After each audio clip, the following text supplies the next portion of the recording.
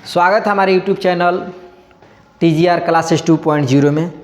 आज हमारा जो मुख्य टॉपिक है वो राज्यसभा है। मैं आपको बता दूं कि राज्यसभा से संबंधित जो आज हम लोग पढ़ेंगे, लेकिन इसके पहले हम लोग लोकसभा के बारे में पढ़ चुके हैं और आप नहीं देखे हैं तो हमारे TGR क्लासेस 2.0 YouTube चैनल पर जाएं और उस वीडियो को देखें और लाइक कमेंट शेयर ज़रूर करें।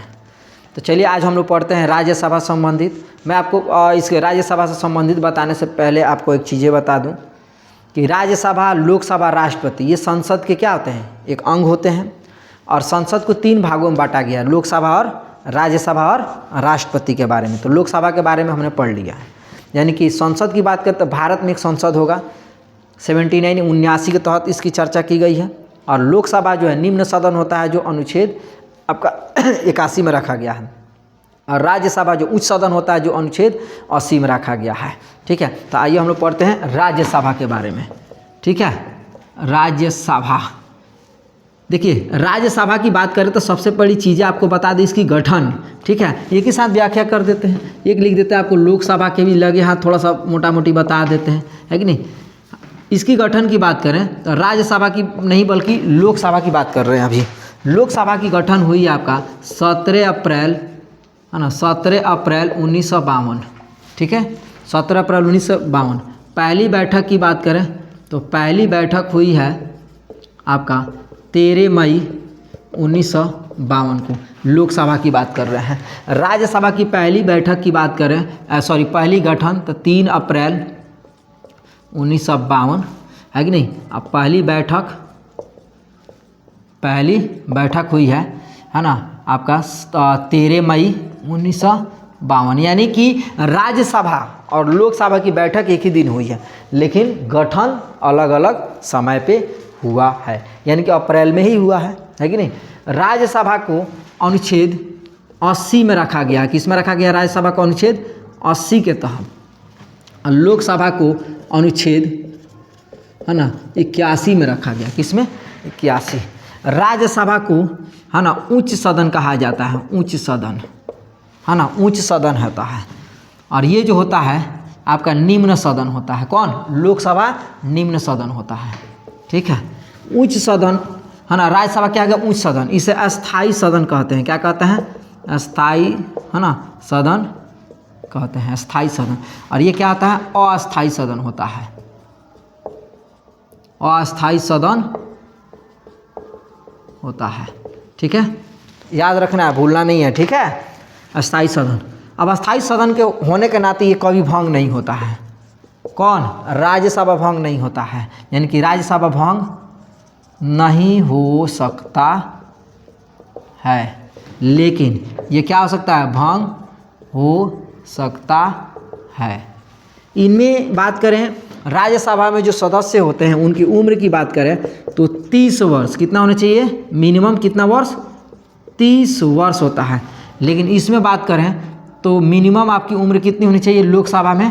तो 25 वर्ष का अगर आप हैं, भारत के नागरिक हैं, किसी लाभ के पद पर नहीं हैं, है कि नहीं, किसी लाभ के पद पर नहीं है, भारत के नागरिक हैं, 25 वर्ष आपकी आयु पूरी है, तो आप लोकसभा का चुनाव लड़ सकते हैं।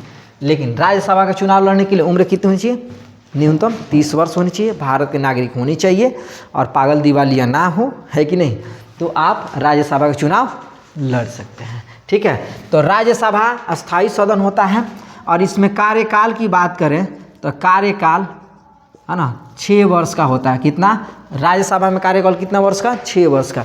लेकिन इधर कार्यकाल की बात करें, लोकसभा है तो लोकसभा में कार्यकाल, है ना, 5 वर्ष का होता है। कितना वर्ष? 5 वर्ष।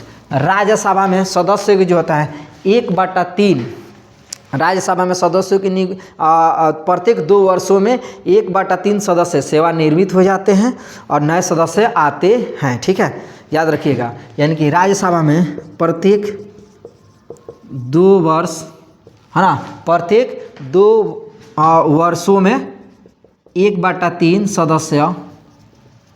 सदस्य सेवा निवृत्त हो जाते हैं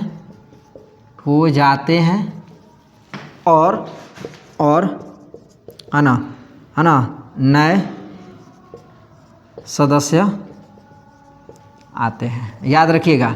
और ये कभी भंग नहीं हो सकता है, ठीक है।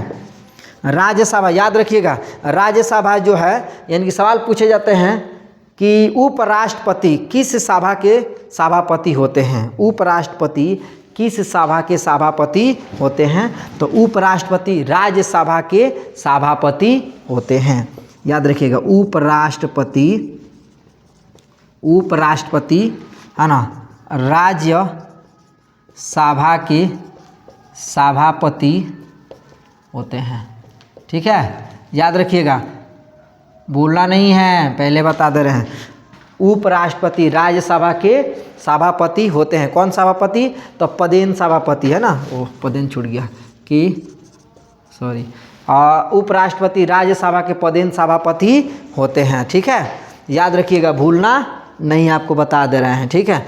राज्यसभा के सदस्यों की नियुक्ति कौन करता है, राज्यसभा के सदस्यों की नियुक्ति राज्य विधानसभा के सदस्यों के द्वारा की जाती है, यानी कि इसको भी यहाँ लिख देते हैं, है कि नहीं, है ना, छोटा छोटा तो नहीं, साथ आप लोग क्या कर रहे हैं, जूम आउट करके आप देख सकते हैं, यानी कि इसे क्लैरिटी बढ़ा के देख सकते हैं कि नहीं, यानी कि राज्य सभा के सदस्यों की नियुक्ति राज्य विधान सभा के सदस्यों द्वारा होती है, ठीक है, याद रखिएगा। हम आपको फिर से रिवीजन करा दूं मैं। देखिए, राज्यसभा को अनुच्छेद 80 के तहत रखा गया। राज्यसभा के गठन 3 अप्रैल 1952 ने पहली गठन हुई थी। पहली बैठक 13 मई 1952 को हुई थी। इसे उच्च सदन कहा जाता है किसको, राज्यसभा की, लेकिन लोकसभा को निम्न सदन कहा जाता है कि नहीं।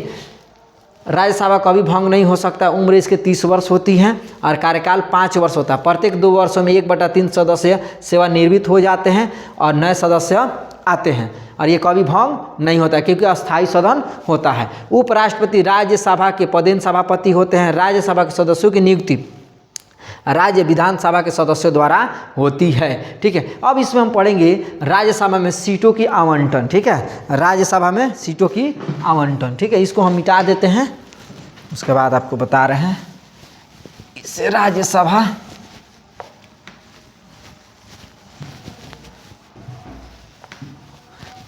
इसको भी मिटा देते हैं।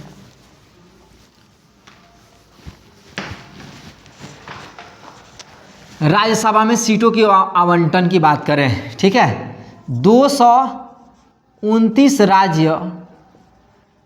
राज्यों से सदस्य निर्वाचित होके आते हैं, ठीक है, और 4 जो होता है आपके केंद्र शासित प्रदेश से। कहाँ से, केंद्र शासित प्रदेश, ठीक है, 4 केंद्र शासित प्रदेश से। और ध्यान दीजिएगा, और 12 जो है ना, 12 जो है आपको बात कर दें, राष्ट्रपति द्वारा मनोनीत किए जाते हैं। इनके द्वारा, राष्ट्रपति के द्वारा मनोनीत किए जाते हैं। तो बताइए कितना हो गया, 229, 4, 33 और 12, कुल कितना हो गया, 245। कितना हो गया, 245। यानी राज्यसभा में 245 सीटें होती है। लेकिन सवाल ध्यान से सुनिएगा, सवाल एग्जाम में पूछे जाते हैं कि राज्यसभा में अधिकतम सीटों की संख्या कितनी होती है, तो अधिकतम 245 नहीं बल्कि 250। कितना, 250, उसके बारे में बताएंगे। फिलहाल जो है वर्तमान में कितनी सीटें आपके आवंटन है, 245। कितने, 245। तो राज्य से कितने चुन के आएंगे, 229, और 4 कहाँ से, केंद्र शासित प्रदेश। 12 राष्ट्रपति द्वारा मनोनीत किए जाते हैं, तो कुल कितने हो गए, 245, ठीक है। और राज्यसभा में अधिकतम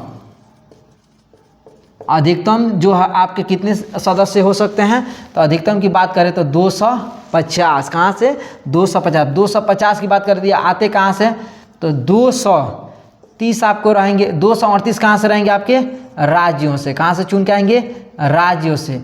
और 12 आपको कहाँ से आएंगे, तो राष्ट्रपति द्वारा क्या करते हैं, मनोनीत किए जाते हैं, ठीक है। तो सवाल पूछता है कि राज्यसभा में, है ना, राज्यसभा में अधिकतम सीटों की संख्या कितनी होती है? तो 250 है। राज्यसभा कितने चुन के आएंगे? 238 सदस्य और 12 राष्ट्रपति द्वारा चुने जाते हैं। तो कुल कितने होंगे? 250। और राज्यसभा में इस तरह से अब वर्तमान में कितने हैं जो चुनाव होते हैं? तो उसमें से आपको 229 राज्य से आएंगे, 4 केंद्र शासित प्रदेश से आएंगे, 12 राष्ट्रपति द्वारा चुने जाते हैं। तो कुल मिलाकर 245। तो ये आपका हो गया राज्यसभा संबंधित। ठीक है। तो आपको बता दूं मैं कि आप TGR क्लासेस 2.0 पे जाके ये सारे वीडियो के देखिए और सीरीज वाइज जो है आपको सारे वीडियो मिलेगा। अभी मैं आपको बता दूं कि लोकसभा के बारे में हम लोग पढ़ें, राज्यसभा के बारे में पढ़ें, इसके बाद हम लोग पढ़ेंगे, है ना, राष्ट्रपति जी के बारे में। उसके बाद से हम लोग पढ़ेंगे विधानसभा, विधान परिषद, उसके बाद राज्यपाल। ये सारे के बारे में एक एक करके जितने भी टॉपिक हैं आपके, चाहे केंद्र विधायिका के तरफ से या फिर राज्य की विधायिका की तरफ से, सारे टॉपिक के बारे में हम लोग पढ़ेंगे। तो हमारे चैनल पर आएँ और जुड़े और लाइक कमेंट शेयर करें। जय हिंद, जय भारत।